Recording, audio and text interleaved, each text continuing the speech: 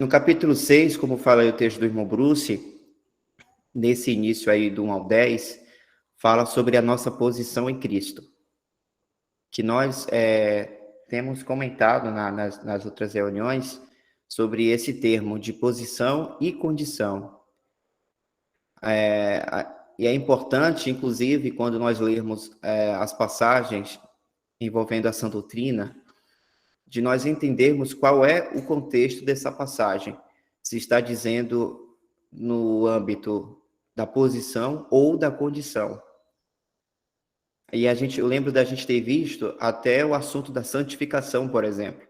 Há passagens que dizem da santificação objetiva, ou seja, a santificação que Deus fez em nós, trabalhou nisso em nós apenas uma vez, quando cremos no Evangelho da Graça, quando Ele nos separa para Ele, quando Ele nos chama. E isso só foi somente uma vez, porque fomos lavados, santificados e justificados pelo sangue de Jesus Cristo, como diz em 1 Coríntios. Então, isso é somente uma vez, essa santificação. Então, é chamado de santificação objetiva, porque é algo que Deus fez em nós, por meio da obra de Cristo. Mas tem outras passagens que tratam da santificação, que é a santificação prática, ou seja, um exercício que envolve, então, a nossa responsabilidade de nos santificar para Deus, de andarmos em santidade, para nós expressarmos em nossa vida, já aqui na terra, aí, com a consciência de vida eterna que sabemos que nós já temos em Cristo, assim como todas as bênçãos espirituais, santificação, sabedoria, tudo vem de Cristo, como dizem 1 Coríntios, capítulo 1. Tudo isso nós já temos em Cristo. Então, pela fé, nós podemos exercitar tudo isso já conscientemente aqui na Terra. Ou seja, expressar em nossa vida o que de fato nós somos. Que nesse ponto aí, que nós estamos vendo no capítulo 6, que nós lemos agora há pouco, se trata sobre a nossa relação com o pecado. Que diremos, pois, permaneceremos no pecado para que a graça abunde? Por que o apóstolo Paulo faz essa pergunta? Porque no final do capítulo 5, ele finaliza o assunto, a qual nós já vimos, que é sobre a graça abundar muito mais do que a ofensa, ou seja, do que o pecado. Porque onde o pecado abundou, superabundou a graça. A gente comentou nas reuniões anteriores de que não importa o que um certo indivíduo cometeu nessa vida, a graça de Cristo pode operar sobre ele de qualquer maneira, porque a graça, a obra de Cristo na cruz, é poderosa para salvar qualquer um que crê nessa obra, nesse Senhor Jesus Cristo. Então, o apóstolo Paulo, ele finaliza aqui no capítulo 5, e também lembrar, irmãos, um detalhe, de que o texto inspirado pelo Espírito Santo, originalmente, não foi dividido por capítulos e versículos.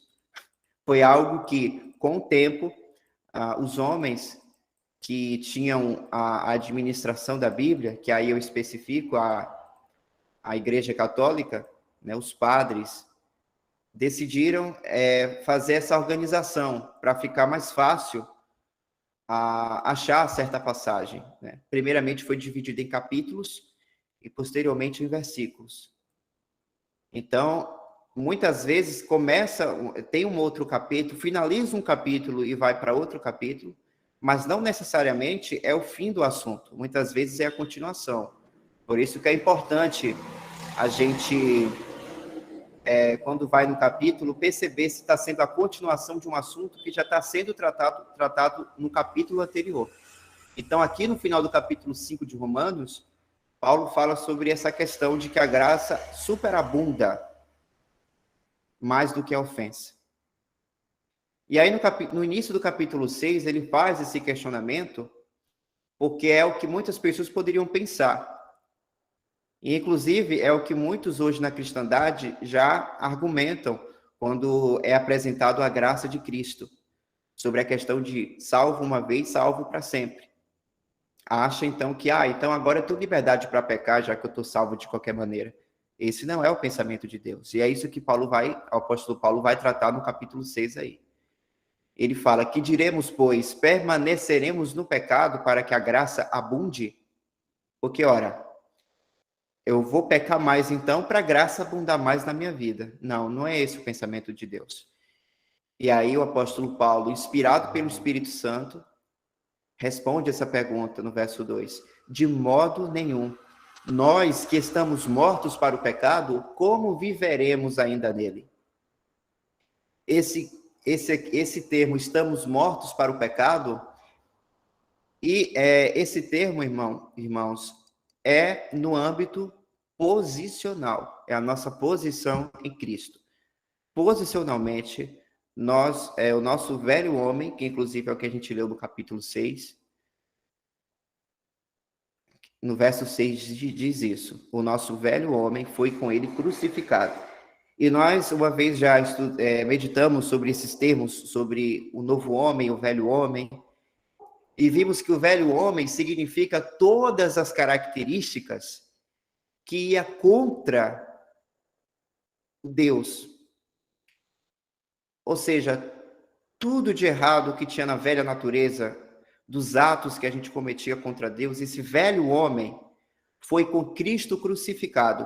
E nós fomos crucificados com Cristo no momento que a gente creu. Por quê? Quando Deus ele nos fez nova criação, como diz em 2 Coríntios, ele fez nova criação e nosso velho homem foi com Cristo crucificado na cruz. Por quê? O pecado, por assim dizer, não mais faz parte da nossa vida, de acordo com os pensamentos de Deus. Deus nos olha como filhos amados, porque nos tornamos seus filhos, e filhos sem pecado, filhos santos, separados para Ele, por meio de Cristo Jesus. Cristo é o nosso mediador ao nosso Deus e Pai. E nós fomos santificados apenas uma vez. Então, lembrar, essa santificação é objetiva, feita uma vez, e todos nós desfrutamos disso.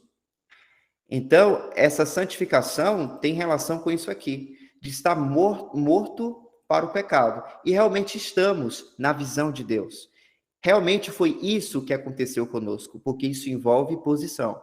Então, o apóstolo Paulo vai começar a explicar isso para entender de que, apesar de nós sermos salvos pela graça e de nós estarmos na graça de Deus, nós temos hoje liberdade, mas liberdade para não viver naquilo que é contra Deus.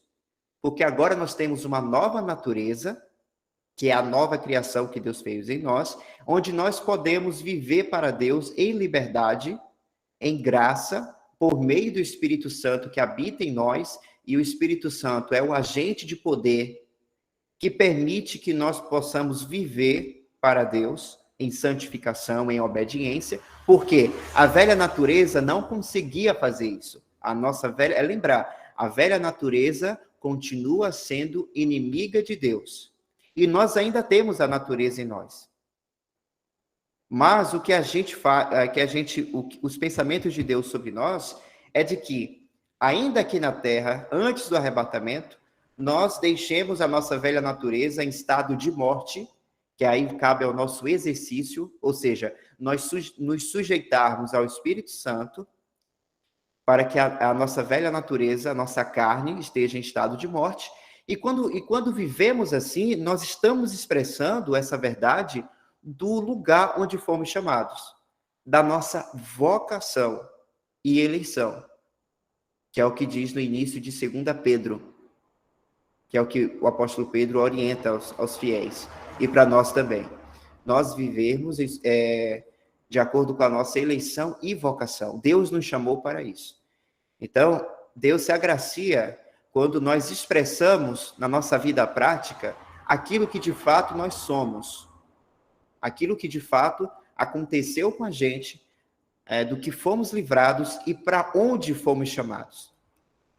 Porque, irmãos, a graça de Deus, Deus agiu conosco em misericórdia e graça. Misericórdia porque ele nos libertou da condenação. Nós nem vamos entrar em condenação. Porque foi o que o Senhor Jesus disse, não é? Em João capítulo 5,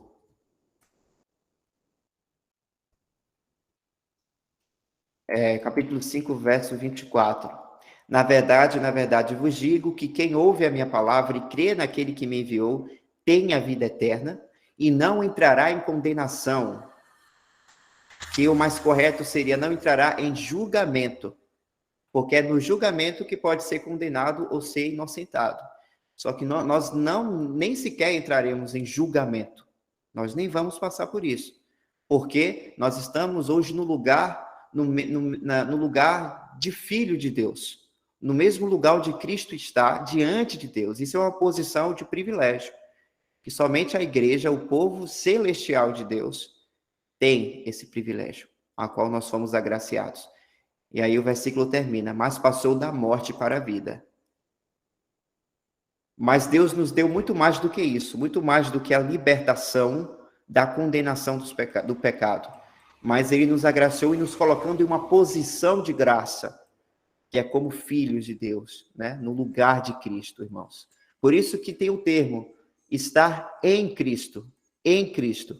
E a gente vai em Efésios 1, por exemplo, no verso 3, tem aqui o termo em Cristo, quando fala de todas as bênçãos que recebemos, né? O qual nos abençoou com todas as bênçãos espirituais nos lugares celestiais em Cristo. E aí fala, como também nos elegeu nele. E aí fala aqui, e nos predestinou para filhos de adoção por Jesus Cristo. Onde temos, a quem temos a redenção pelo seu sangue.